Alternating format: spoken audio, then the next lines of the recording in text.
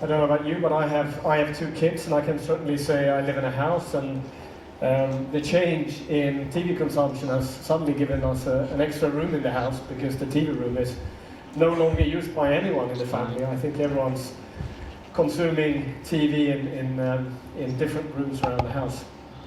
I guess looking at this, there's a number of different questions, but one of them is more on the business side, and I'd like to start off with a question for you, Eva. We see all these signs of change, all the tremendous consumer behavior shifts, but as a business leader or as a leader of an organization, how do you tackle transformation of this magnitude when it comes to leading and driving an organization? It's hard because if I'm not, SVT is a public service company. If I were a leader of a commercial TV or media company, as well as a leader of a newspaper, money comes from the old world still. I mean, the big bunch of money comes from the old traditional television and from the old traditional commercial ads and so on. While the new part of the media hasn't really found a very good, solid business model yet. It will come, and it's starting to come, and you can see examples of it coming.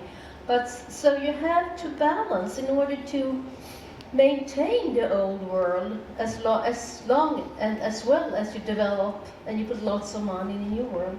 And that is a question of prioritization all the time, and it's hard every morning. And then you have your staff and your personnel, because they are born in a different time. You can't just get new young people all over the place. Everybody under 25 is welcome, and everybody more than 25 should be out. You have to put lots and lots of money on education, on how to go parallel in the job that you, and the old person goes parallel with a young person in order both for them to learn. And that takes much more effort than you can imagine. Sounds quite a challenge. Maybe one question also for you, Niklas, before we open up to the floor. Are you seeing a lot of your data here was related to the US?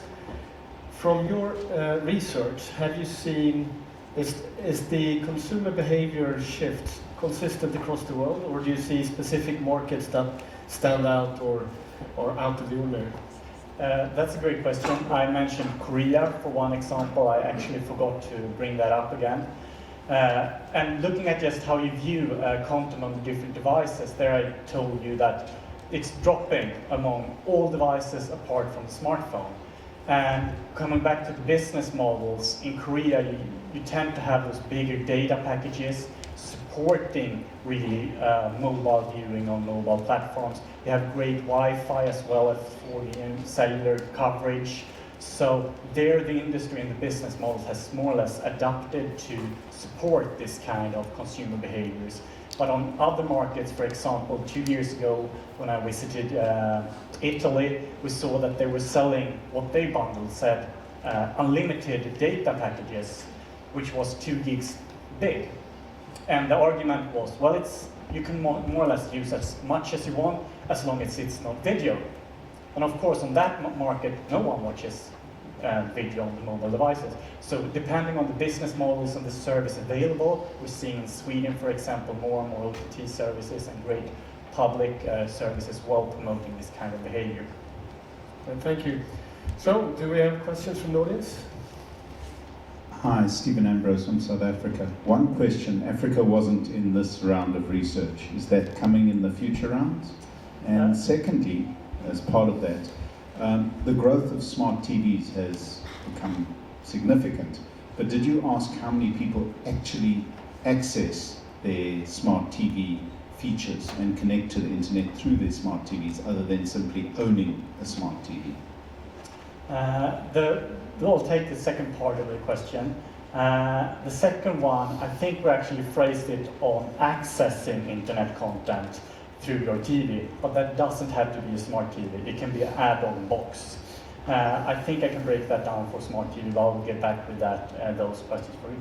When it comes to the Africa research, we're doing a separate study in Africa at the moment. The results aren't ready yet, so I have to pause those So I can't really tell you anything about, but we're including Africa as But well. you can't talk about Africa like Africa. No, of It's, course no, because there's a lot of different market there, but we're including markets like Kenya, for instance, and looking at the different parts of the population, also the big four. Thank you. We have a question in the front here. Okay, sorry, we'll go first over there and then we'll come here in the front. Yeah, hi, a couple of questions for Eva, please. You touched on net neutrality in your talk. Just clarify what message you would like to give to the telcos on that front, as you mentioned then. Secondly, obviously those discussions are going through the European Commission at the moment as part of the... Sorry, the second one was? Those discussions on net neutrality are going through the European Commission at the moment as part of the Connected Continent reform. What realistically do you expect to happen on that? The message I would like to give to telecoms is that, or rather to the European Union, because I'm not sure that the message will go through to the telecoms, is that there is a worth in preventing or guarding the open internet.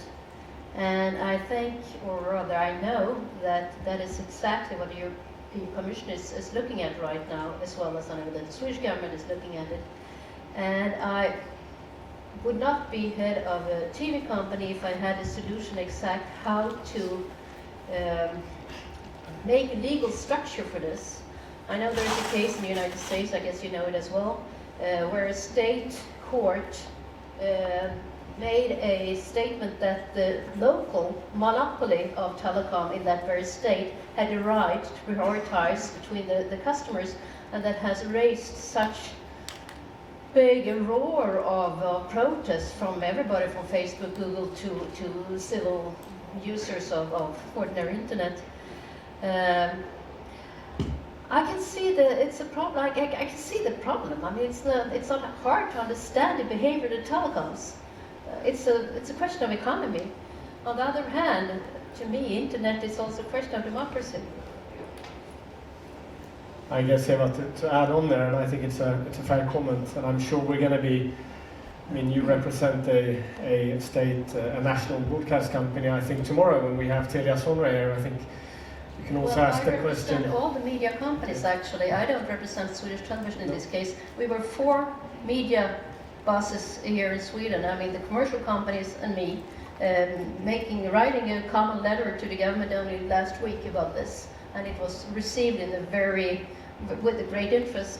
And I've been talking to parliamentarians in Brussels, and we are quite a big bunch, from Google and Facebook to the small national companies, and like SVT, raising the same issue.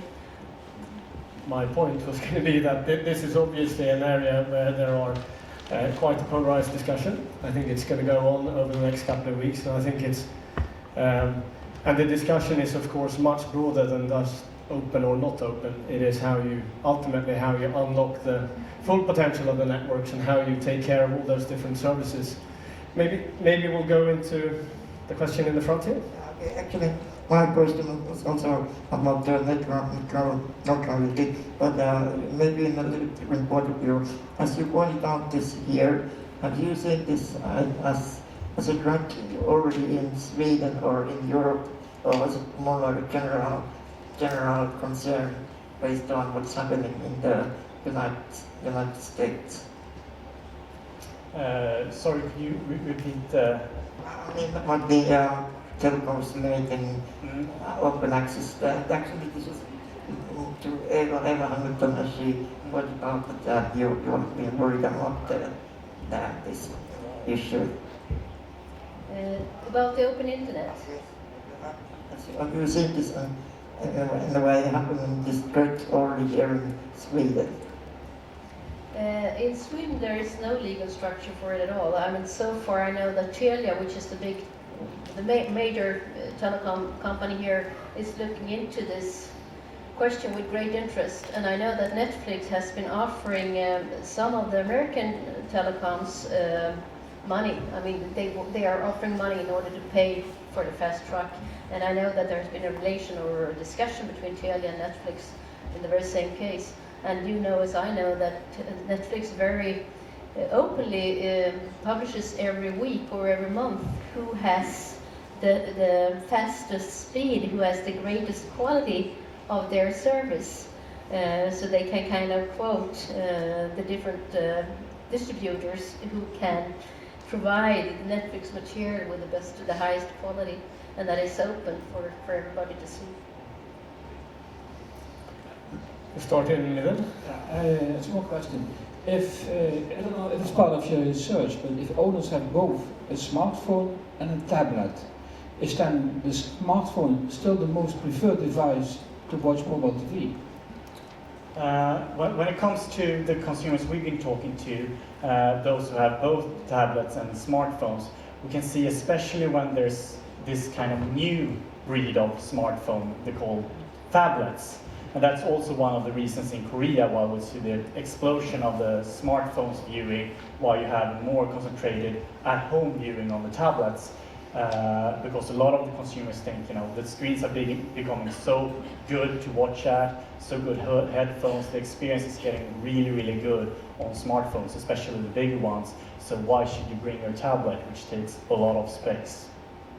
So I would say more and more shifts towards the smartphone, especially outside the home. Thank you very much. I think we'll have time for a final question up there. Thank you.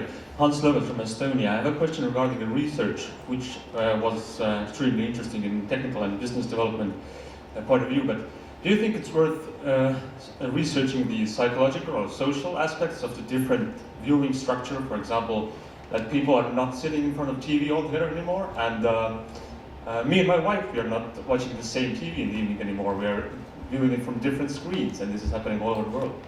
Yeah. It's very interesting, especially if you tie it to the social behavior, that we can see a contra trend, for example, to the on-demand trend, that you're starting to watch everything when you want to watch it, is channels like Twitter.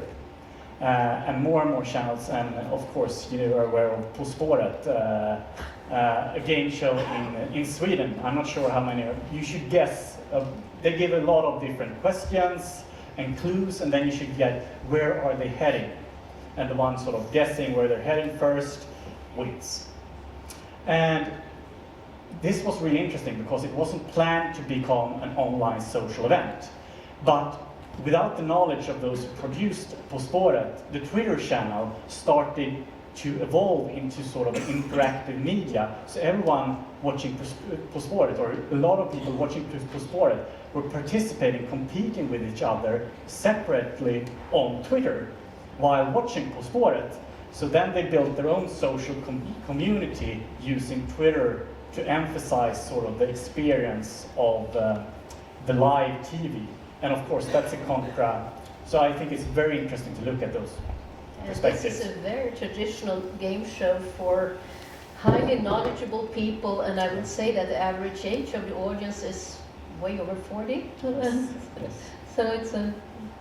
Yeah, and that it happens with already established channels. That's so interesting, because you add interactivity, perhaps not directly in the TV screen, but through adding another screen, so you get control of it all. So all of a sudden, you don't experience TV on one screen, you might experience TV on 5 different screens at the same time, all contributing.